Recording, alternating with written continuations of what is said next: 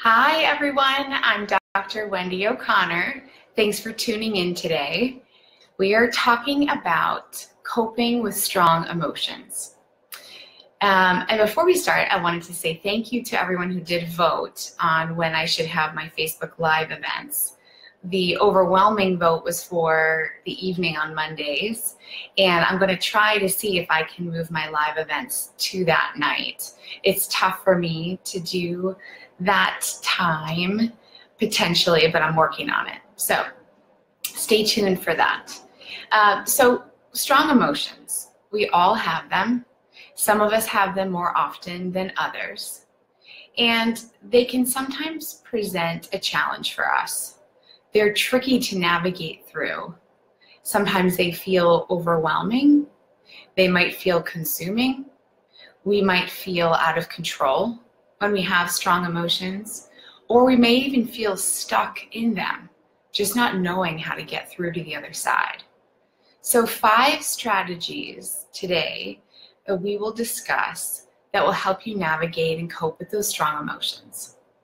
Number 1, honor your feelings. First and foremost, there's no need to judge. There's no need to be hard on yourself. There's no need to criticize. These are feelings. They are real. They are legitimate. They are yours. So just be mindful of how that critic voice might chirp in, encouraging you to judge these feelings or try to minimize or dismiss your feelings. Reality is they are normal, we welcome them, and we can work with them. The second one is to breathe. So after we honor how we feel and acknowledge that our feelings are there, I encourage you to take this step and simply breathe with and through them. Sometimes we feel so strongly that we're not quite ready to act on those thoughts, those feelings, or react or respond. And so instead, we can breathe. And when we breathe, we can help slow everything down, which will allow us to feel more grounded. It will allow us to feel less out of control. So a simple breathing exercise like inhaling with some thought of calm or relaxation and exhaling your tension or anger or sadness or frustration can help make a big difference so that you get to a place of calm, relaxation, and really a place where you can respond to these emotions appropriately and not feel so stuck in them or consumed by them. The third strategy is to create space. So after we honor and breathe, create a little bit of distance if you need to. Step away, excuse yourself, find an area where you can sit with yourself on your own and just focus on trying to calm yourself down.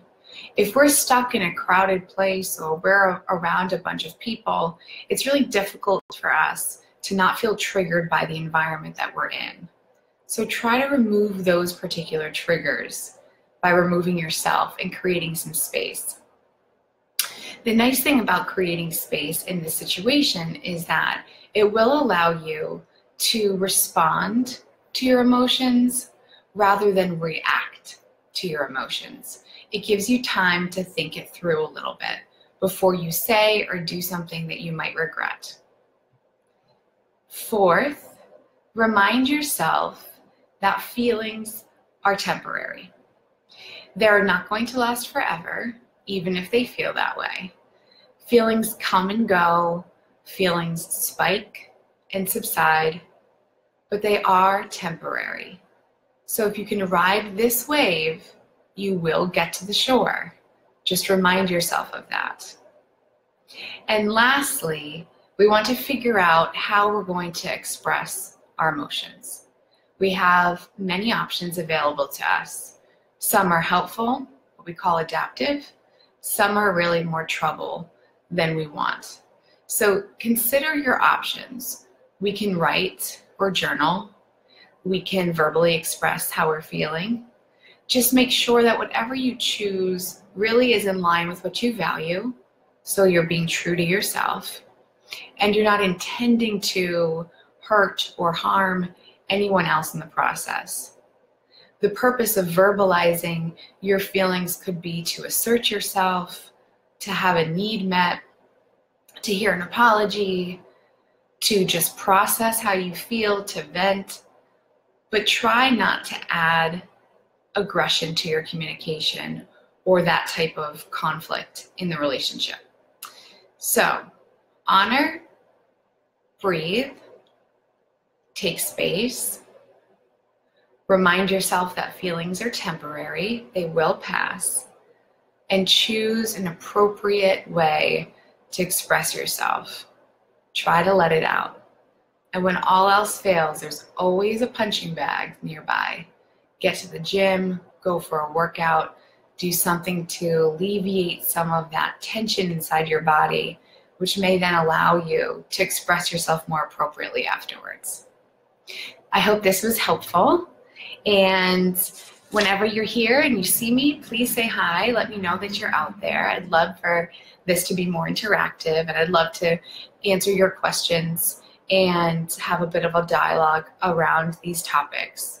I hope it feels relevant to be part of these conversations, and I hope that you keep tuning in. So I will add my contact information here, and you can always reach out by email or phone. And my website's at the top if you'd like to check my services and what I provide and just get a better sense for who I am. That's also an option. All right, so hope you're all well. I hope you use these 5 strategies. I hope they help you manage your strong emotions a little bit better, and have a great week.